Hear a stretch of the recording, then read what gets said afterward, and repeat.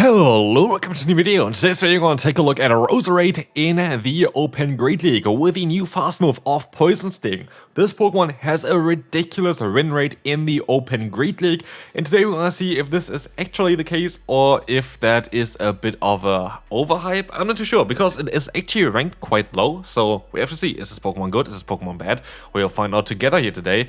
And yeah, today we're going to take a look at also the Say-Swap of Sableye and the Azumarill in the back. I had Wigglytuff, I think, in there for one battle. That might still be in here as well. I won that battle. That was all fine. I just didn't want to run Wigglytuff anymore. Like, I was like, I don't really want to run this one. But also, one more thing why I didn't want to run Wigglytuff as well. Just also, like, it's early season. I don't really need to fully try it. I know, like, Azumarill is not really better.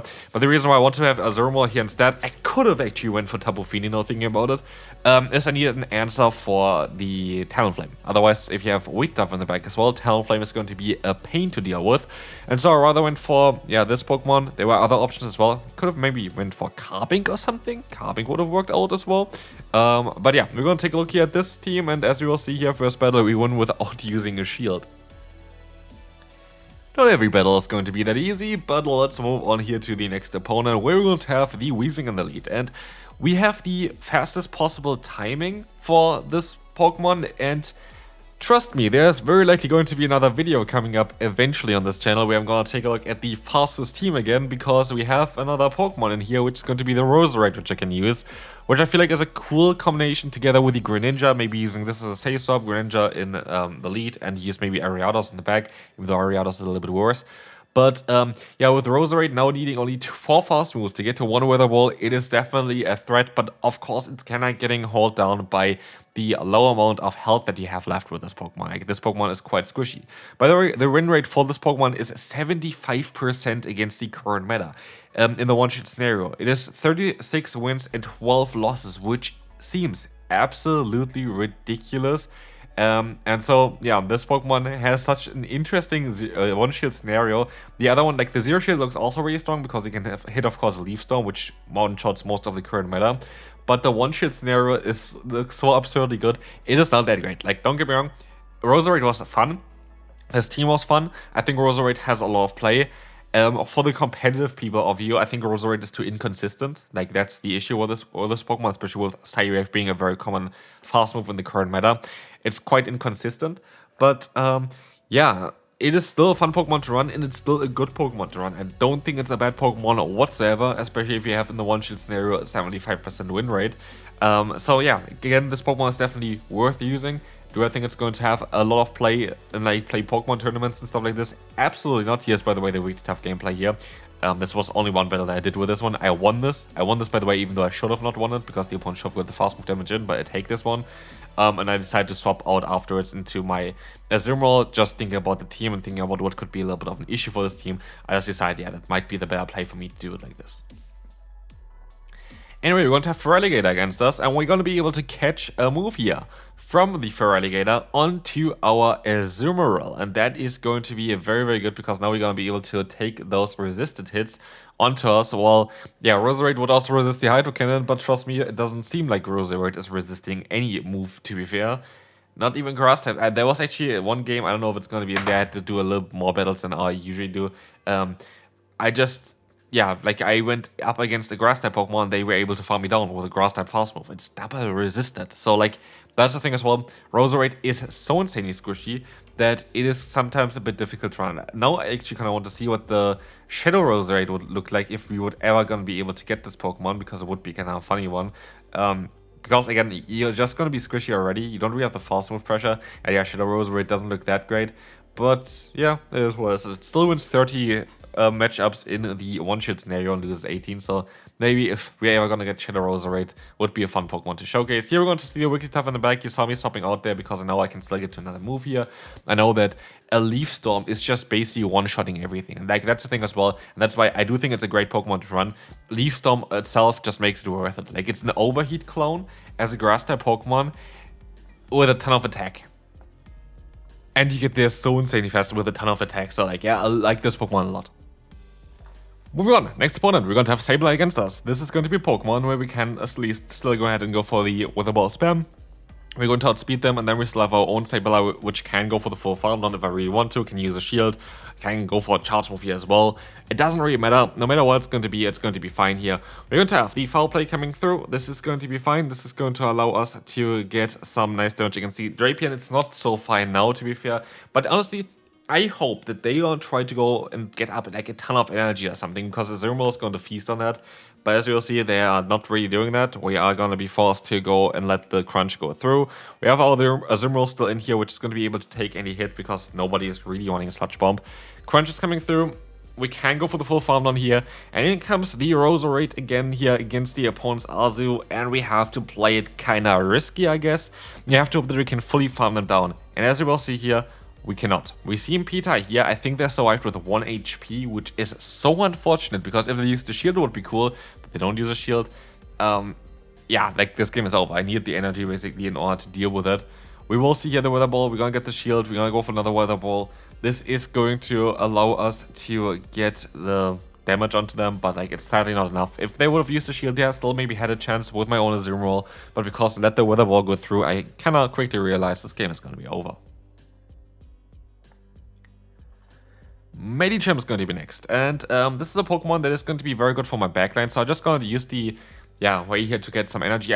I saw that it was counter. I should have stayed in for a little bit longer. I would have been able to get up. Actually, I think, yeah, it's 6 fast moves I can go, 4 before they're going to get to their move, so like that would have been kind of nice, but I didn't, and so yeah, I still have some energy at least stored on my Roserade, which can be kind of coming in clutch later on, but I could have had a little bit more. What we can do though is we can go for foul plays against the opponent's Bastion. I still should be able to reach even another one, which is going to get them very low. Low enough for Azumarill to mostly do some nice solid damage against them as well, just with the full farm down with the bubble. I get a free bubble in here anyway when they go for a charge move, and as long as I can knock them out with 2 more bubbles afterwards, we should be fine that they don't get to another charge move either, which we can, which is amazing. And so in comes the Trevenant, where I have super effective coverage on 2 Pokemon. And so, as the opponent goes back into their own Medicham, I decided to go for the Weather Ball spam instead of risking a Leaf Storm and then getting debuffed. And I think this is the best play that I could have done, because, yeah, as we'll see, we're going to get the shield here.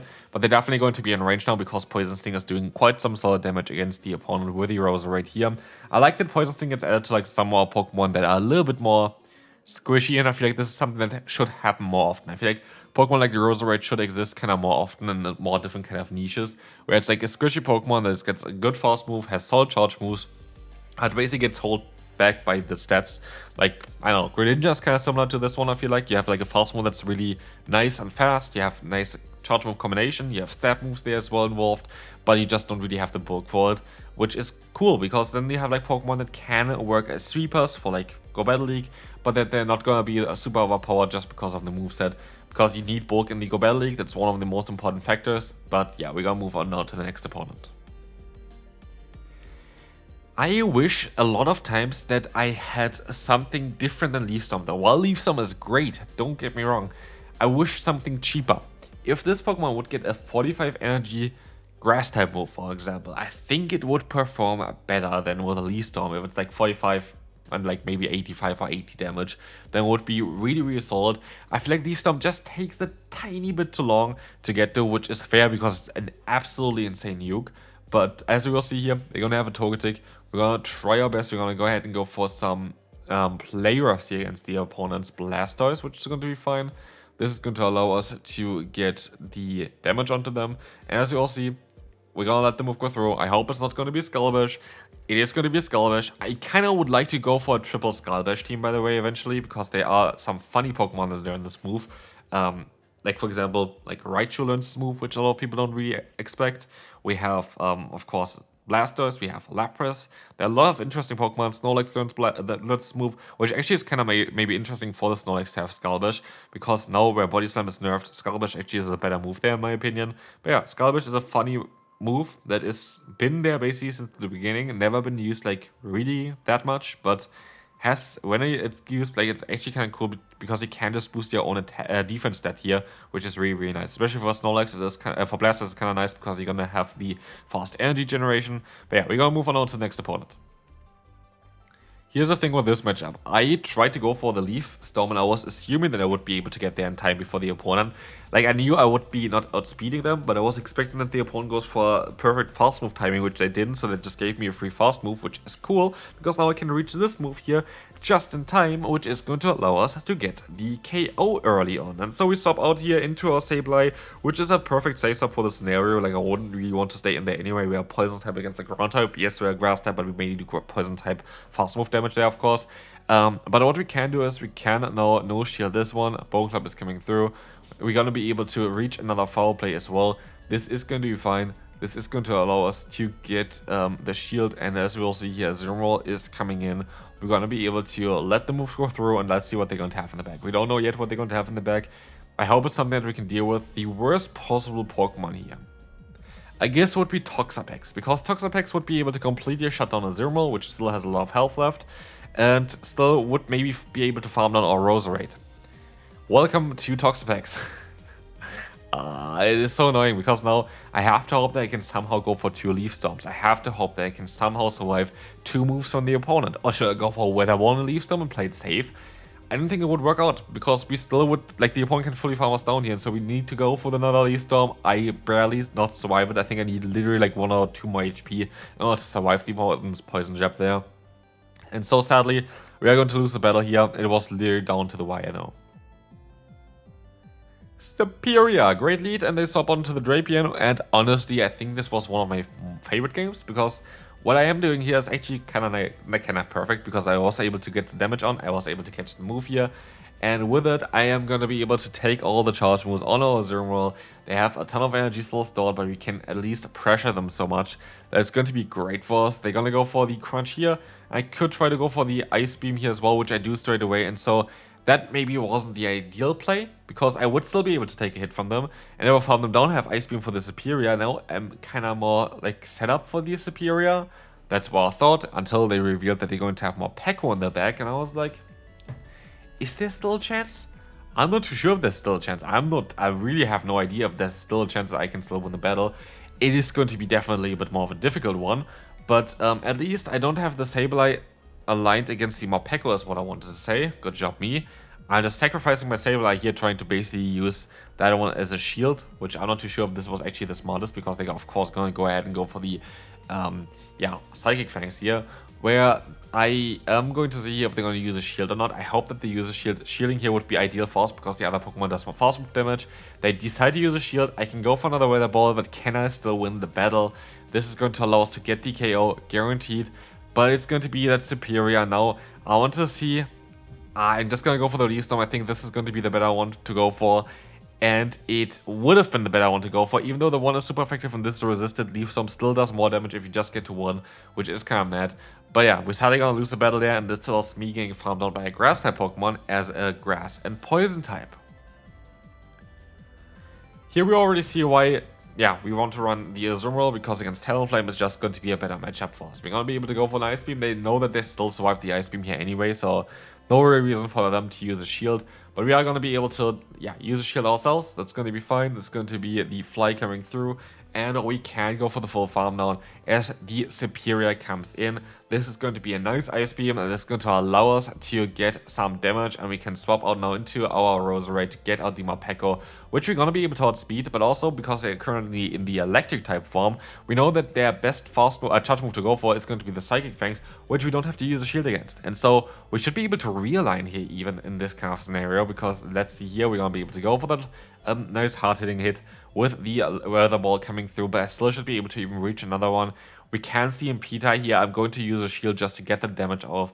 Guaranteed I need to get the extra damage. But let's see how this is going to go. We're going to be able to go for another Weather Ball. The Weather Ball is going to connect now. It is going to allow us to get them very, very low. We can swap out here into the Sableye. I should be able to outspeed the opponent, which is going to allow us to get the victory here for sure, because the foul play is going to knock them out. There's nothing that they can do here anymore. This is going to knock them out. We're going to be able to go for the full farm down, and we can move on to the final battle.